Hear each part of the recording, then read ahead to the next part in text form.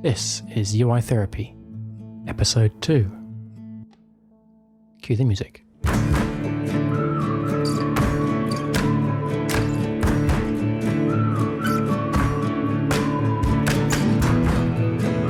Welcome to the UI Therapy Podcast. My name is Jake Hopking, and I'm a user interface design and development expert, online user experience consultant, digital product designer, and I'm also a keen photographer and complete coffee addict. Each week, you're going to learn actionable strategies, mindsets, tips, and tricks that will help you take the guesswork and confusion out of designing and building beautiful and intuitive user interfaces. This podcast is your secret weapon in cutting through the paralysis of tooling, framework, and methodology analysis. And now, onto this week's episode. Welcome to this week's show.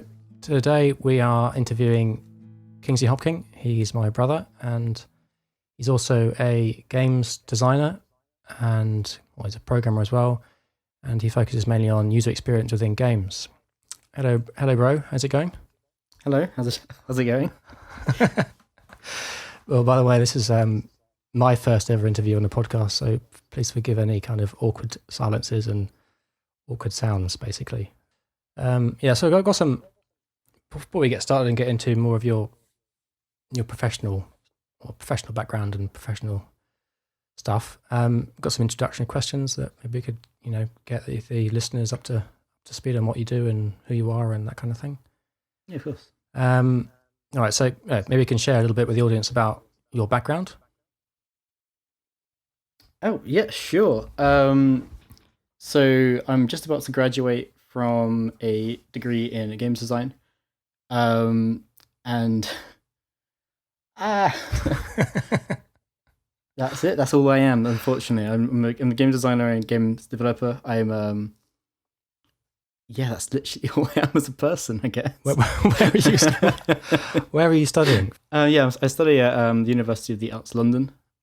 How did you get into this industry? I mean, how did you get into the course? Maybe not how did you get into the course, but what made you choose the course? And well, I've always been very interested in building games and just kind of messing around with technology. And I think that I was at the time I was actually quite undecided on what path I should take. I wanted to go down more of an academic route, but I think at the end of the day, I decided that I would like to be a bit more creative with what I designed. So I decided to go for a course which is a bit more flexible, and although it had programming in it, it was also a lot about the design role as well. So it was discussing what makes a good gameplay, what makes a good experience, how can you modify the experience to make it more enjoyable for the player, what's too frustrating. And I think that's why I was mainly interested in this course. This kind of path that I'm going down at the moment. I think that's why I wanted to be more involved in like the response of the player. So and what kind of split is it in terms of design versus development time? Sorry, so say it again. What would be the course if you're going to separate between design and development time? What's the kind of split, the ratio? Well, I think it definitely comes down to more that when coming to like design something, my personal approach and the approach that my teammates also follow is we've just spent a week just kind of spitballing some ideas, and we just kind of pick one, which seems at least somewhat interesting, and we'll prototype that for roughly a week, and we'll see if that's even because after a week's worth of time, we'll find out if it's even somewhat interesting.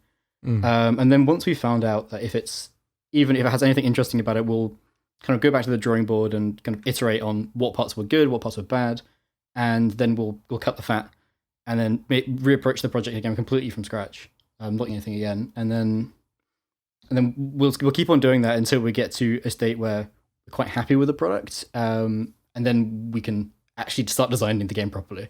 So there's a lot of iterative design going on in the games that we make and design. What do you use for designing stuff? So mainly we most of the design work is quite physical. So we have a massive whiteboard downstairs, and we draw out everything how we want an interaction to work, or how we think some type of gameplay element will work. And we'll see it top down. We can probably see what the issues might be, But if we're unsure, we'll then just quickly go actually create like a physical prototype of it and see how an interaction will work. What do you mean by physical prototype? I mean the actual tangible thing. So like a draw, like imagine not imagine it. It's like a whiteboard, and if we were doing some like map design / level design, you can draw like you wanted the focus of something to be. So you wanted the focus of your player, like you want let's think this again. You want the player to see something in the distance, and you want to make sure that your level design makes it easier for someone to see something. So you can see quite quickly where the obstacles will be within like your field of view. So you can move things around, and you can be quite certain that they'll see that. Obviously, you can never be 100% certain. So yeah, we'll physically put things in the way of like where we'd assume the player to be, and from that we'll get okay. This will probably work. Maybe we'll see how this looks in like some software. Do you do like prototypes in programming as well, or do you just kind of once you've got your design stuff, do you get to go fully into full on development using whatever you use? So I would say that once we finished our physical prototype process, which however long that might be, we'll begin to build the product, and we'll use blockout tools, so very simple geometric shapes, which can be used to rapidly prototype stuff. And ongoing, you prototyping the actual gameplay elements as well. So they're not particularly well made at this point. You're just trying to see if something works. So you're prototyping, you're programming stuff very quickly, and it doesn't matter how particularly dirty it is at this point, because everything's going to get rewritten at some point in the future. Oh, that's really cool. That's interesting. Yeah, that's a long introductory question. I realized I'm still doing the introductory questions. No worries. But that's cool. That's really interesting. What are you working on at the moment? What kind of projects are you working on, or what's your final project, or what's your side projects, that kind of stuff? Yeah, as a designer and developer, I'm always working on lots of things. But at the moment, I'm working on my final major project, which is leading on to what I'm going to be developing later, which is a game called Frog Island. It's a third-person platformer game with a tongue grapple mechanic. You use your tongue as like a grapple to navigate 3D spaces.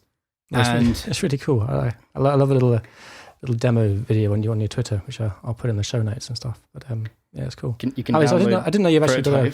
Sorry, go. I didn't know if you had a. I was talking to Mom earlier about this. She didn't know you decided on an actual name. So it's definitely Frog Island, is it? Yeah, Frog Island. It used to be Frog Island Adventure, but we've cut that down a bit more. It was initially just the word Frog Game, but we've only come up with a name quite recently. The Frog Game. It was that they developed, like if you open the build, it's still called Frog Game on our side. So I'm looking forward to actually having a go at this game. Yeah, no, it's open for the alpha test on 0.3 as of 2 days ago or 3 days ago. It's still an early block out of level 1, but yeah. So how can people go and where can they go and to play that? How can they get access? They can get access to that at www.frogislandgame.com. I'll put a link into the show notes for that as well. Yeah. Shameless plug right at the beginning. What can you do? I should leave that stuff to the end too. Yeah. As for personal projects, I'm writing a game engine at the moment. Currently, I'm building quite a standard game engine just to kind of get my skills up to scratch, because I'd like to do like rendering. I want to do a master's in like 3D graphics or something around those lines, and I'm very interested in that area. So I've been building a game engine from scratch at the moment.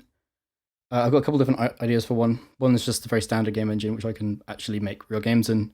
And the other one is quite an artsy game engine. It's all about making procedural like worlds and art, but that's significantly further along. And I'll be building the other game engine first, because I need to get my understanding get a bit better at making that kind of thing first. Yeah, that's quite interesting. I mean, I think as you progress on that project, it'd be good to get you back on here and you can talk more about it. But from a layperson's understanding, how would you define procedural?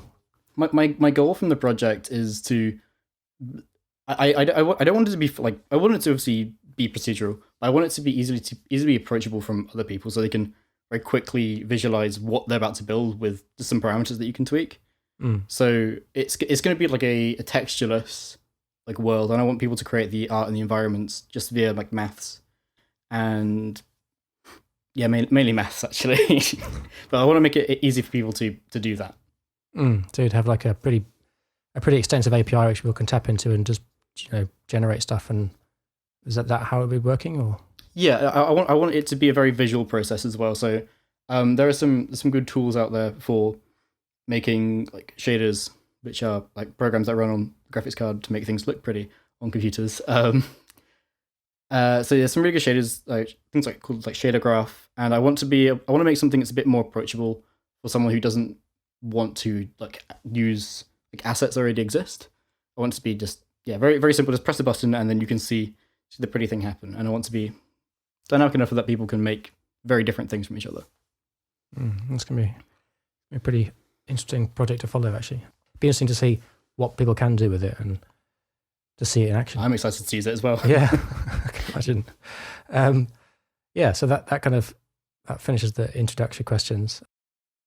The main reason I invited you onto this to be a guest on my first ever interview podcast. It's my second ever podcast, because the first one was me just rambling about the industry and in a more of like a solo diatribe against things. So this one will be probably the first interesting podcast that will come out. I got you on here to talk about your thesis, which is called Approach for Design Complexity in Games, which I read a couple of days ago. That was really, really interesting actually, because this touches a lot on user experience within games, and then using learning processes or learning techniques to inform gears about game dynamics and affordances within games and that kind of stuff. It was actually really interesting to read. Not stuff I'd ever thought about before. Sorry, I'm probably talking too much to be for an interview. It should be you talking more than me talking. Okay, so I think for this I'd just like to maybe go through the chapters, and I've made a few subheadings about things within inside the chapter that maybe can prompt you to talk a bit more. You'll probably know the paper a bit better than me at the moment. I haven't read through it in about 6 months, but yeah. The first chapter is called Complex Information. Or maybe actually, before we get into that, maybe you could give people a broad overview of what your aims were with the thesis and how you approached it, really. Yeah. So my goals for I would say that my goals for my paper was to actually begin to create a formal approach for actually designing games. And it's been done multiple times, but I've been quite unhappy with like a couple of the approaches that I've read, and I was like, I think that there could be a more friendly way to discuss this information. I'm not sure if I achieved that, but that was definitely my main goal for this. An overview of my thesis, I would say, was to begin to create like a formal methodology based in science instead of based in like arts, because a lot of the, not all of them, but a lot of the papers relied on just, hey, this is how it is, instead of here is why this is how it is. So I wanted to bring in information from other fields, which are generally, which is widely accepted as like good fields. So generally like psychology. I mainly focus around psychology because I think games are just psychological experiences, really. They manipulate you quite a lot into making you feel certain ways. So it's a good place to start. So I based most of the information from there, following some other fields, so some art stuff as well, so a little bit of color theory, but only in the lightest amount, because I think that it's too large of a topic to just talk about. It's a large enough topic just to talk about on a paper on its own for games. So I just wanted to talk about some key features within that. And also another one which we'll discuss as well, which is Gestalt psychology as well, which is study of like shapes and how that can influence how you perceive things, as well as affordances, which how you interpret information and how you process that information. So those are my core things going into the project, which I'd done a little bit of research on before my final year of university, and I was very excited to begin to research it further. Yeah, you mentioned that those are your core foci. Those were your those are your two core focuses for it, which you just mentioned was Gestalt and the affordances, which are the two things I wasn't aware of. So that was really interesting to. Just the word affordance is not something I've ever really thought about. But obviously, it's used to afford and affordable and that kind of stuff. But using it as a what is it? Is it a verb? It's not a verb, is it? It's like a noun and an affordance. It's an interesting thing to think about. And then what was the other thing? You had affordances, and then there was psychology. That was attached to the affordance. A signifier, wasn't it? That allowed the affordance. But then I guess we'll get onto that. Well, yeah. Let's talk about a bit more about Gestalt and affordances and signifiers and things like that. I mean, I as I said, I'd never heard of Gestalt. This psychological, whatever you call it. How would you describe Gestalt? This thing you. So I would say it's a set of principles which are generally universally shared between humans. I only discuss a couple of them within my paper, and those are the ones which are the strongest. That I believe are the strongest for the applicability in games.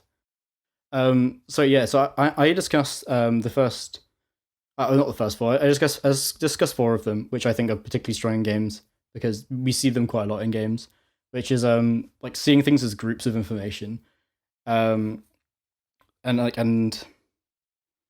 yeah, so I discuss proximity, similarity. Oh my god, what's the last one? Connection and continuity. In my paper, it's very good. I should know what they are. Within the paper you have a little diagram of these four different things, right? Anyway, I'll put some screenshots up, or maybe I can share. Could I share your thesis? I don't think my paper isn't publicly available to people. It will be soon. I just need to get I just need to make sure that it's okay for me to share it on my website. No worries. I'll put a little screenshot of these four different. What would be the terminology for these things? What are they? I mean, you mentioned like proximity, continuity, similarity, or something in the other one. But what? Yeah, I'm just wondering what these things are called. Well, I mean, the only name that I know them by is design principles. Oh, okay. So these are design principles. These are Gestalt design principles. Yeah. In your paper, you showed an example within a game of, I think it was of Portal 2, and there was a line. Was that? So that's Gestalt, right? Yeah. So that's using a couple of principles. It uses color firstly. So it's firstly using similarity. So there's one color, which leads to another place, and all of these objects are of one color. And it's also like, because it's one color, you perceive them as one thing, and alongside that they also move as one, so you see them as one line as well. So that's just one of the practical ways that it can be used. Yeah, I like that Gestalt thing. It's so interesting. What else was there? Then there's maybe a bit of an overview of affordances. What is that? What is an affordance? So just go check my exactly what it is, but from memory, it is what something can give to you, what it affords you, and the signifier is how you can do the thing, and games have to go because games don't have because the games aren't real. We don't know how to interact with things that are in a game world, so the game has to build up a way to communicate this information to you. Which is what I'm trying to get across within my paper. It's building up an understanding from the ground up, and that's how you can approach that. So these affordances are signified by like things from, for example, colors, and I don't know what would other examples of? Because I mean, you show some pictures of red pipes showing ways up a tunnel or something, wasn't it? So that one in particular is from Mirror's Edge, and that one's merely to signify this is going in a direction. It's not trying to tell you how to interact with it. It's just telling you that this is where the end is, you need to work out what information is between there. And you in this context of the video game, you can climb pipes. So that's how you interpret that information from that. I see. So then how does that get shared with the user from the outset? So it's very useful because it allows the user to infer information that red will help me progress towards the goal. So the user will be then looking for certain colors to direct them into certain areas. How do you build up that, I don't know, this mental model for a player within these? How do you build an affordance? Is it mixturing of this color theory and Gestalt principles? Is there anything else that's kind of fundamental to building up these affordances? Well, I mean, the way that you learn information is really quite important here as well. So you need to make sure you present these problems that the user needs to overcome at certain periods, so that they really gets into their brain that this is how I get past these tasks. But it's mainly about starting quite small and making sure that they understand from the onset this is the information that we're going to use to communicate what progression is, what side areas are going to be, and how you can get through stuff. So like an example that I use right at the beginning is there's a ledge, and you know that you need to progress past this ledge to get past, and it has some white chalk on it, and that doesn't tell you at the beginning that you're going to need to always use white chalk to get past something. It's just a way to point your eyes at a certain location where you might want to go to progress. Just implying that something's different, so it catches your attention. Yeah. I mean, I think you mentioned that worked. For that particular example, it worked at the beginning, but it may have been confusing later on because what was the reason behind that? Do you remember? Yeah. So although that is a really strong way of communicating information, I found through gameplay that if you stop using that information to communicate how you progress and you just stop it completely, it's quite confusing for the user, and you may become like unsure where to go because the game's not telling them where to go anymore. So it might actually like hinder the ability for people to explore by themselves because they're always waiting to be told where they should go. Yeah, for me, I think that was interesting that it seemed like a failure of design almost. It's like if you have to, from a UI design point of view, we were always taught when I was like learning and cutting my teeth in this industry that if you have to teach someone how to do something, you failed. And I mean, it's not really possible when you're building out entirely original environments when it comes to games design. But I think the idea of showing someone these signifiers, and then they should just be naturally absorbed, and then either you always continue them as you suggested, or I don't know, they're inherent. I don't know. You've learned how to use them. You don't need them anymore. Or do you see what I mean? It's a bit of a Yeah, so it comes down to like how you use these signifiers and affordances is how you design the rules of your world. If you start breaking the rules that you've set and taught the player, the players will begin to question how they should think and how they should approach this game, and that's where the issue like begins, because you've taught them for X amount of time that this is how something's done, and then you start breaking that. They're gonna not really trust the game's information. They're not going to trust the rules of the world anymore. So they're going to start questioning, trying to break things and go ways so that they're not sure they're meant to go, because the game stops teaching them, stops telling them where to go. And this is where the idea of soft tutorials comes into play. I think it was in your case study, wasn't it? Like if a user's forgotten something or not doing things right, you have this subtle soft tutorial or a UI overlay which shows a button or something. Yeah. So that came. My first experience from that was in, I think, Super Mario Odyssey. I think I must have experienced that elsewhere before, but it's definitely where I noticed it the most. Probably because it's designed for younger audiences, so maybe it pops up more often. But yeah. So when you pick up the game again after a long period of time of not playing it, it will pretty much give you all of the overlay like UI tutorials for how to play the game. And I actually found it really useful because I hadn't played the game for good like 4 months at that point. And I was like, oh wow, this is how I play the game. Fantastic. Yeah, so that helped me a lot actually, and I think that it's something that's quite useful to employ in games actually.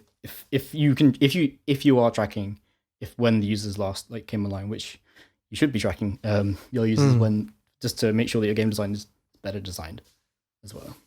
Yeah, that leads us nicely into like learning by chunks and short-term, long-term memory and the decay of memory and that kind of stuff. Could you give us like an overview of that if you remember? Yeah, sure. So from my memory, I'm sure I'm going to be forgetting some of the details a little bit, but yeah, the users can only process a certain amount of information at one period of time. So it's important to grab all that information and put it into one like unit of information, which is a very abstract concept.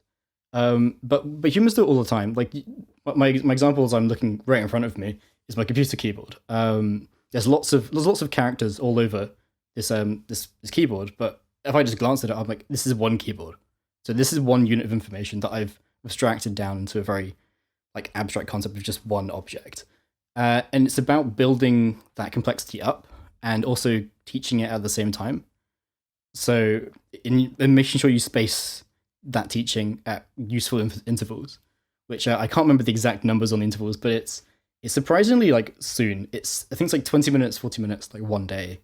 Yeah, it's an exponential curve, isn't it? It's yeah, then it eventually plateaus off, but and then you try and reinforce the new learning, the reinforcement at around 70% of accuracy, accurate recall. Then that's the most effective point to,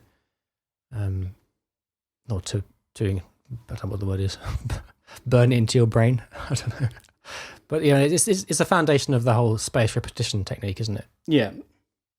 So I mean, within a game, what would be, or within I don't know, even just anywhere, like within a UI or user experience, what would be an example of this chunking abstraction?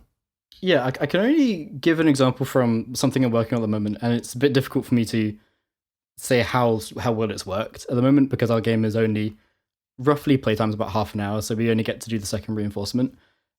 So the way we've taught like how you interact with certain mechanics in our game, which is firstly we teach that you can grab things like are on the floor that look like quite static objects, but we've enforced that by a target, and you can grab that and you can move it.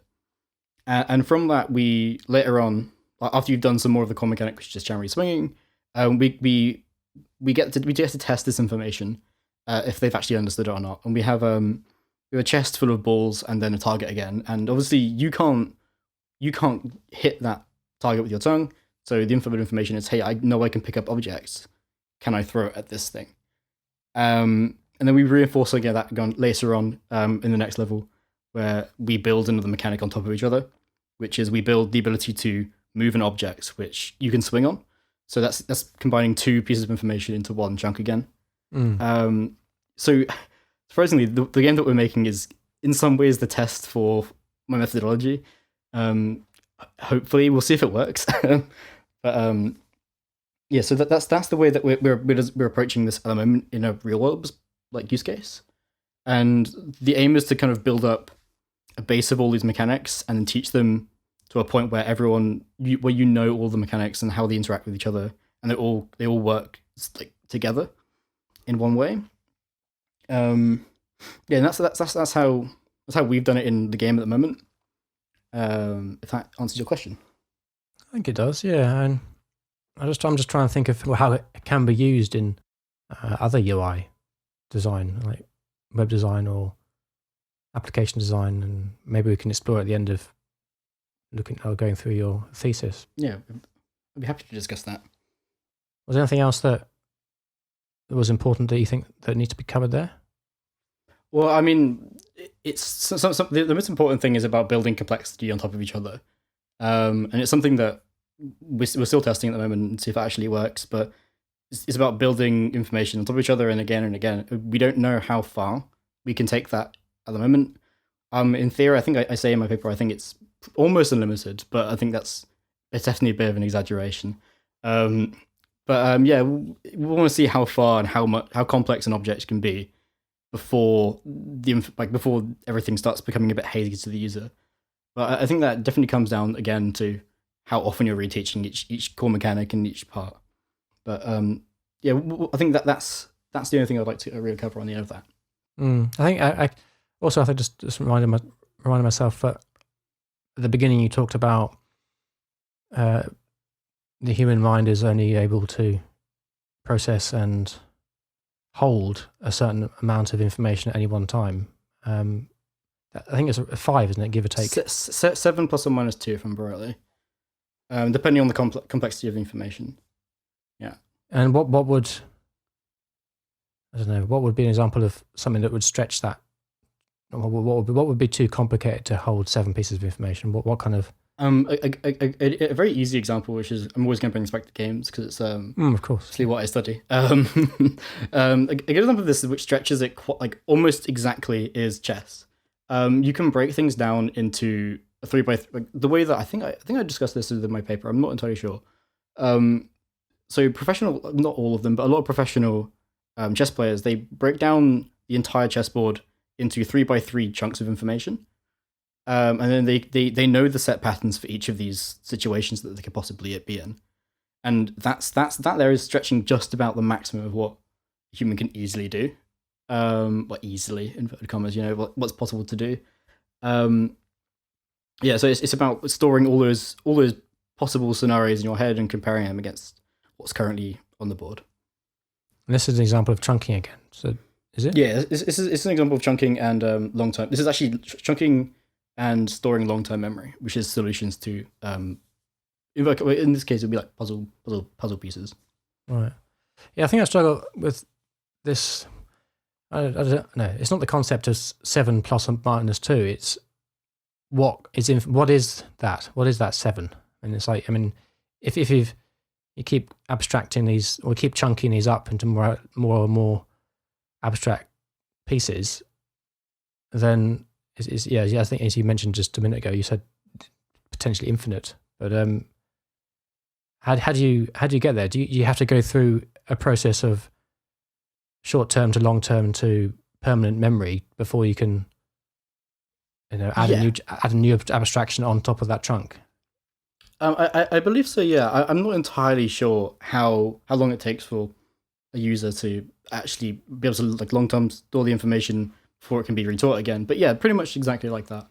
You learn the piece of information, you store it, and then you recall it, and you get better at remembering it, and then eventually it becomes second nature of how you understand something. And then from then you can build on top of that.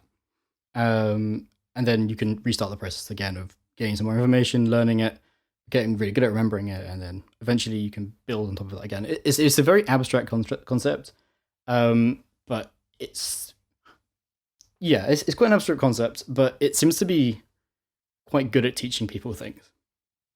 Yeah, I think it's really interesting. I mean, just thinking about it now, is it possibly one of the reasons why? Well, not one of the reasons, but it sheds some light on why learning something new is so fucking difficult, because it's getting those core little pieces into your permanent memory before you can start abstracting them away and then chunking on top of those.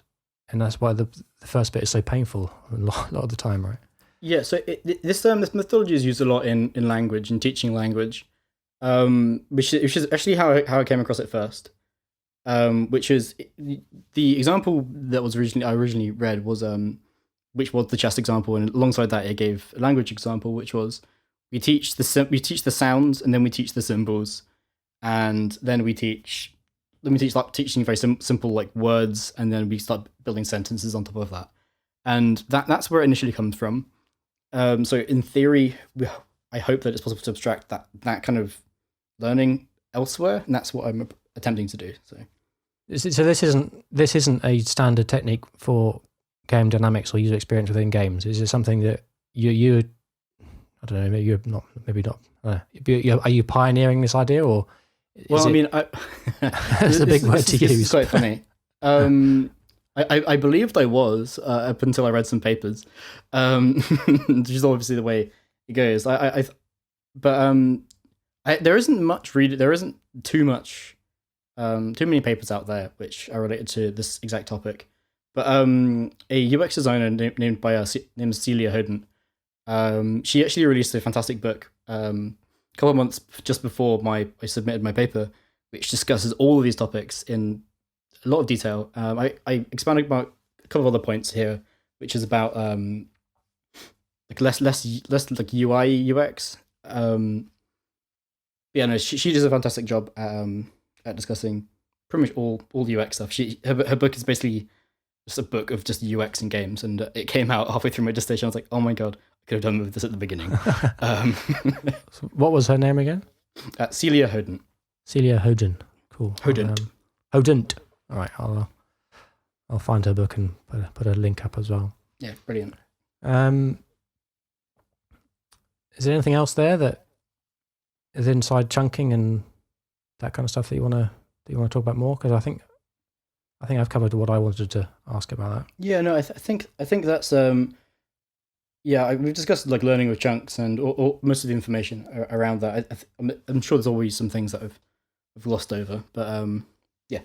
Well, then what do we go? We've got actually. There's the next chapter is complex chunks, but I think we've covered that anyway, haven't we? Really? Yeah. So yeah, we've definitely gone through that, which is like how I'm approaching this in games at the moment. This is me proposing my methodology, which I've discussed a little bit earlier. Actually, I think maybe talk a little bit more about these soft tutorials. I think they're pretty interesting, especially when it comes to. Well, it's obviously in games, but I think they can apply, and they do apply, and you see them being used in applications or web apps, or not web apps, native apps on your phone, for instance, for a new kind of interaction paradigm or something, or a fancy new 3D environment on your web browser. You get these soft tutorials. What were some good things you saw out there some good examples of soft tutorials that you've come across? I can think of some bad ones actually. That's fine too. Ones that have really stuck with me. I don't remember exactly what application it was, but I used to use it. I think it was a note taking application, and I think they made a minor update, and it wiped all my data which I had on it, like how much I'd been shit using experience. No, they didn't lose like my actual personal information. It lost like my metadata.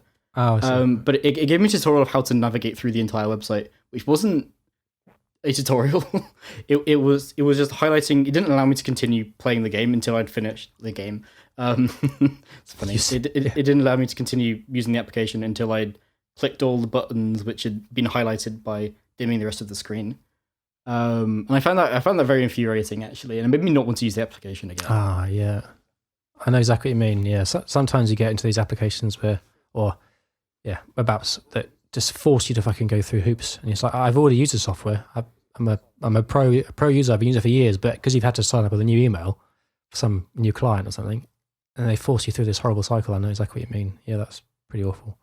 Yeah, so I think from that you can pretty much say that you should allow the people who just make sure that the people who use your platform quite a lot are allowed to just explore it without a tutorial being thrown at them. But soft tutorials, I don't think they're explored too much. Even in games, actually, they definitely are. But a lot of them are ridiculously intrusive, and they really get in the way of gameplay. And that's why I don't think they're used very often, because they are very easy to get wrong. It's about introducing a very about introducing something subtly, or making sure that they don't like forget this thing.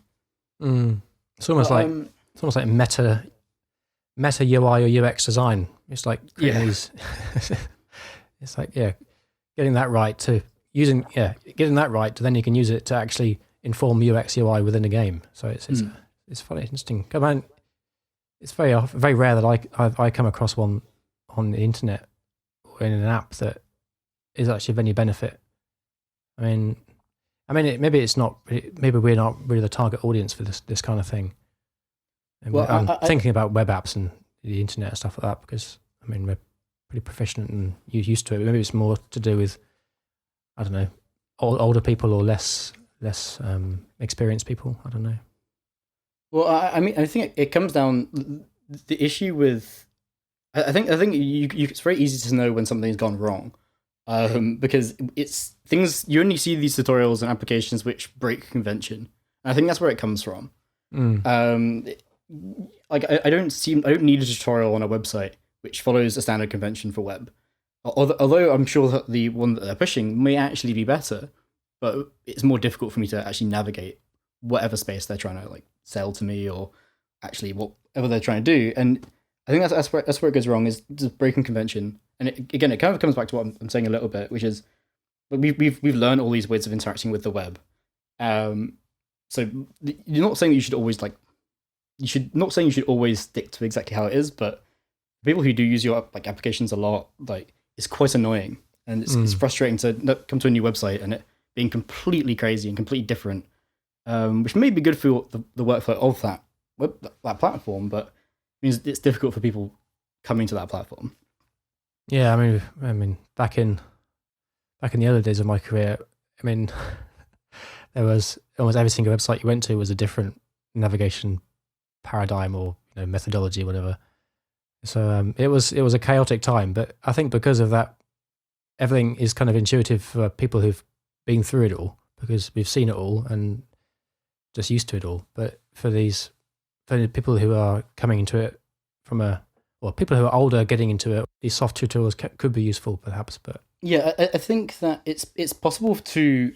I think maybe it might be quite useful if you started using color. I don't know how.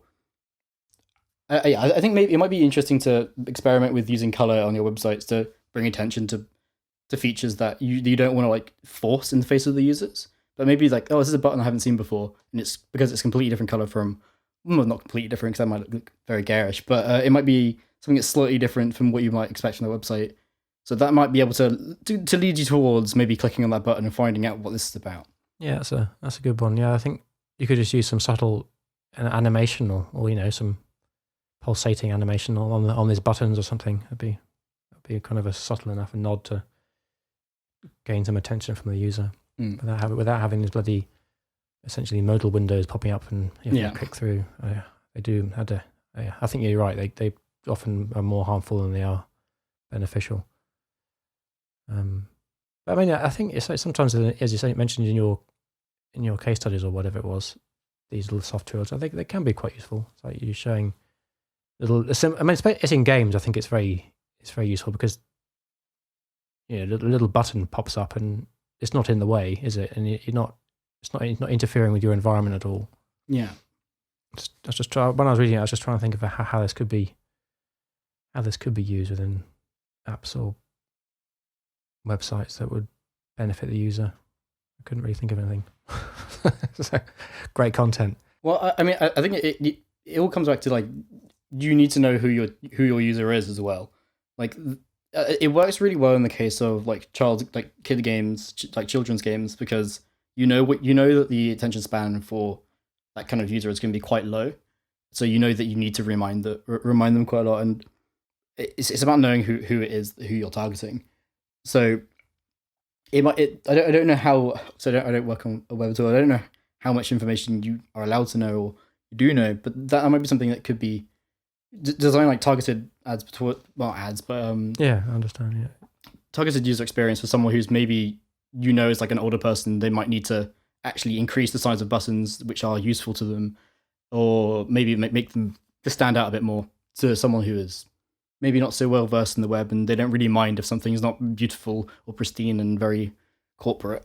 Yeah, it's an interesting idea actually. That if you've got, obviously if you're in a membership site, then you go through the sign up process and you share your details, your date of birth and stuff, and you can maybe opt them in to a more high contrast user experience or UI design that then they can opt out of if they want to. But I think that's quite an interesting idea actually. Yeah, no, I think it's mainly aiming towards people who don't know the web very well, and that doesn't matter particularly what kind of group that is, but it's just making sure that you can get what you want to convey as a product to the user as quickly as possible.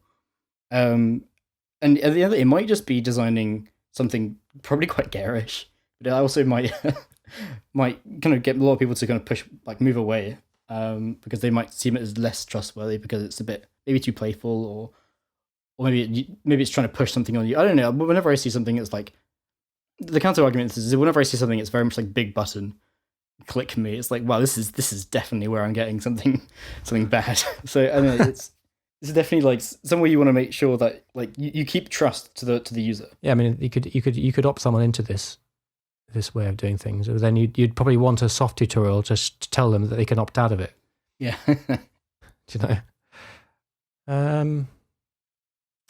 What else is in your thing? I guess the last one was proposed methodology. So yeah, my proposed methodology is actually slightly what I've discussed. I don't remember exactly what methodology I ended on. It was quite short, if I remember. Your proposed Yeah, it was a continuation of the final chapter. It was just like me wrapping up everything it was the equivalent of my conclusion because I actually do include a conclusion. You do have a conclusion. I remember doing that. I remember now. I wanted to end on my proposed methodology, but I wasn't allowed to. Oh, you had to end on conclusion. Yeah. But yeah, no, what was my proposed methodology? I think it was pretty much what I discussed earlier. It was about just approaching this as we won't know if this is something that we can use until we actually build something that uses it. It's basically what I end up saying, and now we are attempting to do something around those lines.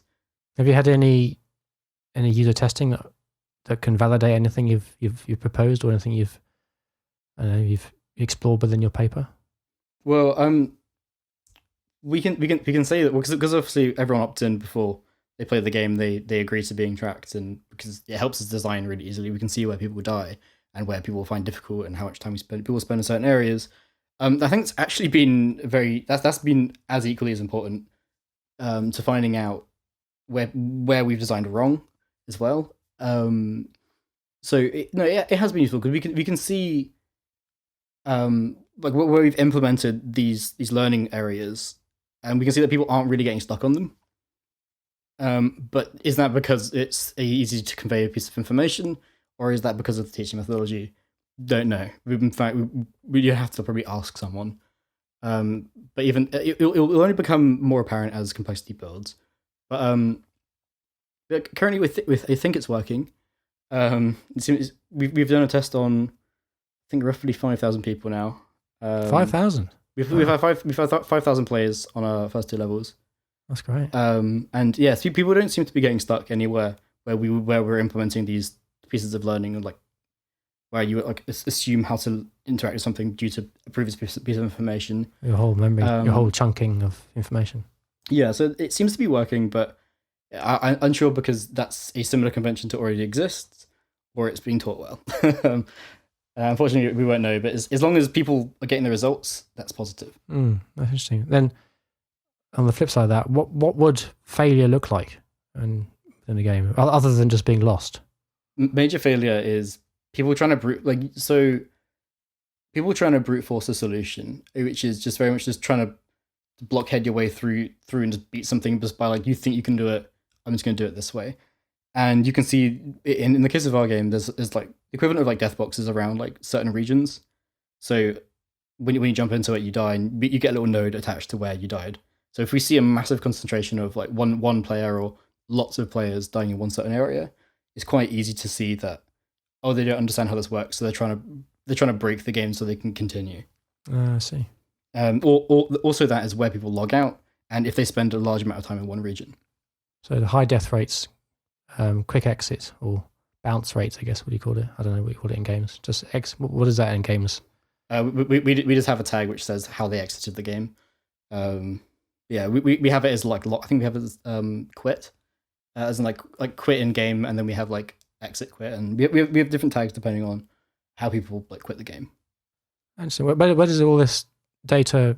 Is it a built-in tool or something, or to the game engine? Oh no. So it's written by a team member.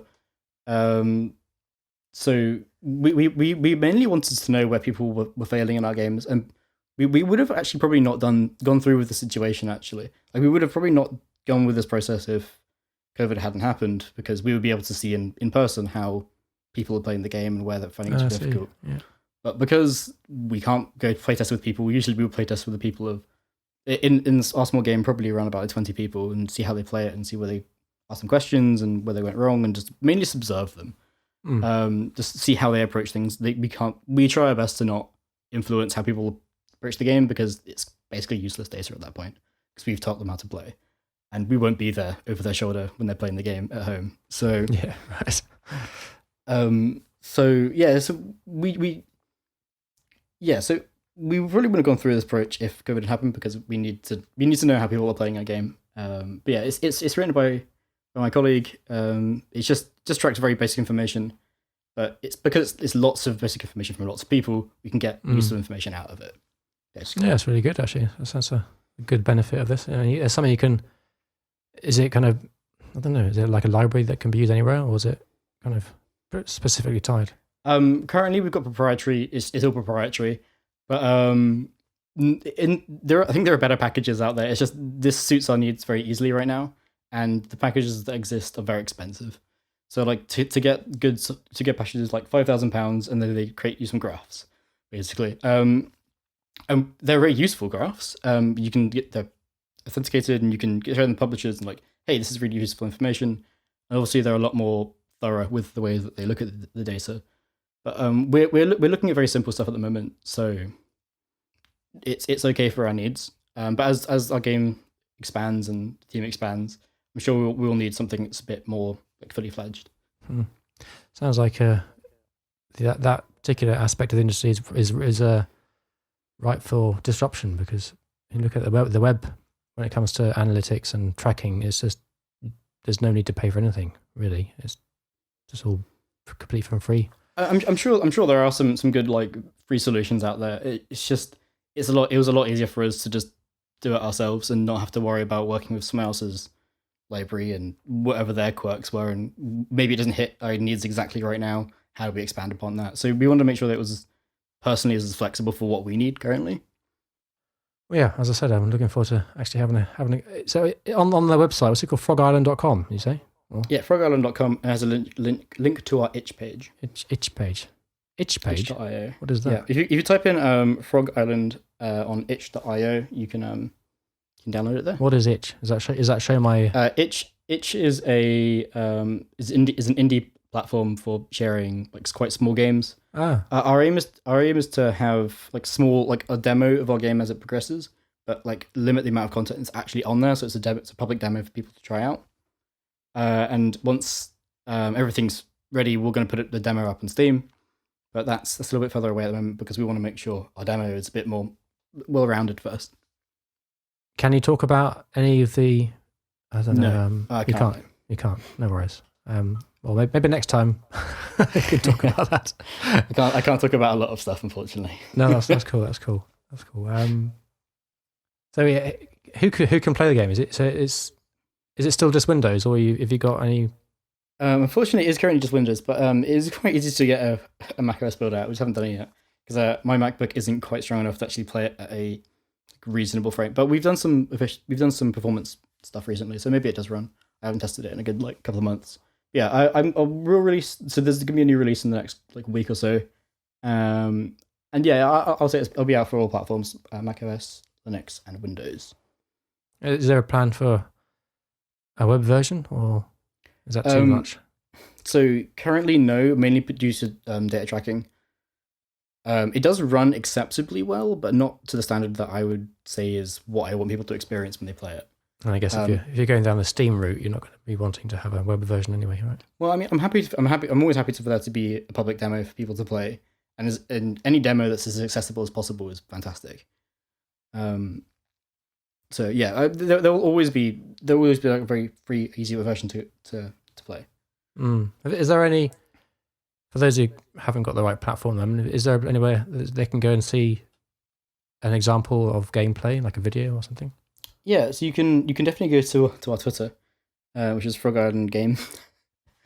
Yeah, I think that wraps up your thesis. And brilliant. Thank you very much for having me on the show. No. Before we get there, I got some wrap up questions for you.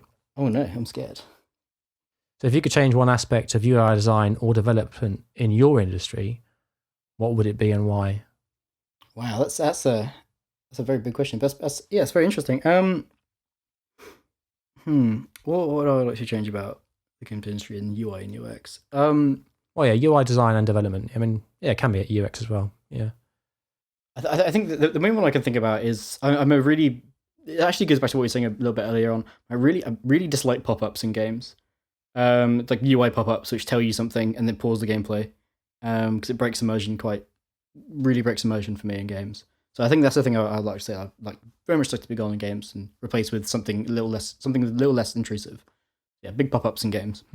So maybe more of like the soft tutorial stuff, or not necessarily soft tutorial, just something that doesn't completely stop gameplay and force me to read it before I can continue. So either just something just at the bottom, or I don't quite know the solution to it, but I think it would be something that doesn't just stop gameplay for me. Well, that's fair enough. That's cool. Second question I have is, for someone joining or is new to your industry and is feeling overwhelmed with whatever it is they're overwhelmed with, what advice would you give them? Just make games, actually. Just do them. So that and if you're interested in doing like learning about games, there are fantastic resources such as Game Maker's Toolkit. They release really fantastic content on how to design games, and like what processes are used to think about solutions to like puzzles and everything around that. And if you're interested in development itself, the Unity websites and just learn to make games via there is just it's a really hard thing to say. Just do it, but you won't know if you enjoy doing the thing until you do it, and you don't need to wait until university to do it or whatever it is. Like you can make games whenever. There's so many resources out there. No, I totally agree with that. Just build shit. Make mistakes. Make fantastic mistakes. Make glorious backups. Yeah, because you can spend a lot of time in theory thinking you learn something, and then you come to apply it and you're like, fuck, I know nothing. And that's the most depressing point, actually. Yeah. And then my final question is not really to do with UI or anything like that. The final question is, what's a tool, app, or package that you believe deserves more attention than it currently has? Oh no. Well, I mean, unfortunately, I use a lot of standard packages. There is a fantastic mathematics library for Unity by begins with a Z, but it's a math utility library. I'll send you a link afterwards. But it's a fantastic library. It does pretty much anything you want Unity to do that doesn't currently support. So yeah, that's what I will say. Actually, I just realised that I may have mentioned Unity a couple of times in this, but for people who have never heard of Unity, could you give a broad overview of what it is? Yeah, Unity is a game engine which focuses mainly on C#. It has a couple of other node-based programming languages and has some other like dots-based programming stuff. But it's a very easy, very useful tool to prototype games incredibly quickly, and it's also very easy to learn. Because it's free. It's got so much documentation. Really, the best documentation for almost any software I've ever used. Actually, it's a very easy tool to learn to make games in 2D and also 3D. So, but mainly 3D. And this framework, this Unity framework, is it used by big development studios to do stuff, or do they always have their own proprietary frameworks? I can't really say because I've actually really been in the industry, but I believe that mainly Unreal is used, and you've also got like Frostbite Engine and CryEngine, and also some other proprietary ones which are hidden behind closed doors. But Unity is mainly used by, I would say, like mainly indies. There are some larger companies who also use it, but it's definitely for smaller scale projects, I would say. And also like this rendering is not as good as Unreal's as well. But yeah, it's just a lot more approachable than I think than Unreal. But that's my opinion. That's cool. I think that's it really. And then I guess final questions, would be then, where can listeners get in touch or find out more about you and your project? I think you mentioned those before, but it's good to put them at the end as well. Yeah, so if you want to contact me, I'm on Twitter at BeardyKing. Do follow my game, our game. It's at frogislandgame.com and also at Frog Island Game on Twitter. Lots of development updates on what we're doing on ish.io, which if you search Frog Island on ish.io, you can find us there. There's some development logs and what we've been doing, what changes we've made, and what balances and whatnot. But those are my main. Also, you can email me at hello@sharkwithlegs.com. Beardy King and Shark with Legs. Yeah, that's good. Yeah, no, very consistent branding. I have all of the accounts related to Shark with Legs, but I quite like your little logo. I think you showed me that a while ago. Shark with Legs. Yeah, no, it's been a logo since I've used since first year of university. I drew it up in Flash, of all things. Classic, yeah. That was your first year of hell, wasn't it? All Flash. Yeah, no, I only used Flash in first year. It was an interesting experience. Quite fun, actually. Anything else you want to add? Anything else you want to shout out? Or I think I've definitely done enough like plugging of my own stuff. But yeah, no, that I think that's everything actually. No, that's really cool. All right, well, thank you so much, Kings. It's been awesome to have you on, and I really appreciate your time, especially when it's quite late and you've been having some pretty stressful times recently with your work and stuff. That's no worries. Thank you very much for having me on the show. It's actually really good to have a chat about what I've been doing and what I have done with my paper and research.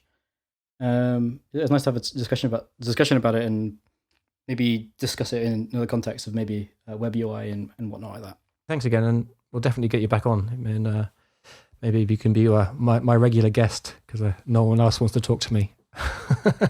Yeah, no, I'd absolutely love to come on again. Actually, maybe discuss like some topic or some paper or something around those lines. That'd be fantastic. Yeah, I think it'd be fun to just choose some random. I can choose something and you can choose something. We just discuss it. That'd be quite interesting. All right, thanks for that, Kings. And thank you, the listener, if you've managed to get to the end here. You deserve a pat on the back as well. Thank you so much for your time. I really appreciate it. Show notes for this episode can be found at uitherapy.fm. If you enjoyed listening, one really easy way to support this show is to leave a quick rating or review on iTunes or wherever you listen to your podcasts, as it really helps other people find the show. If you have any feedback or questions for this or any other episodes, you can reach me on Twitter @UITherapy or I'm @Jake Hopking. Or you can send an email to show@uitherapy.fm. Thanks so much for listening to UI Therapy, and I'll catch you next time. Cheerio.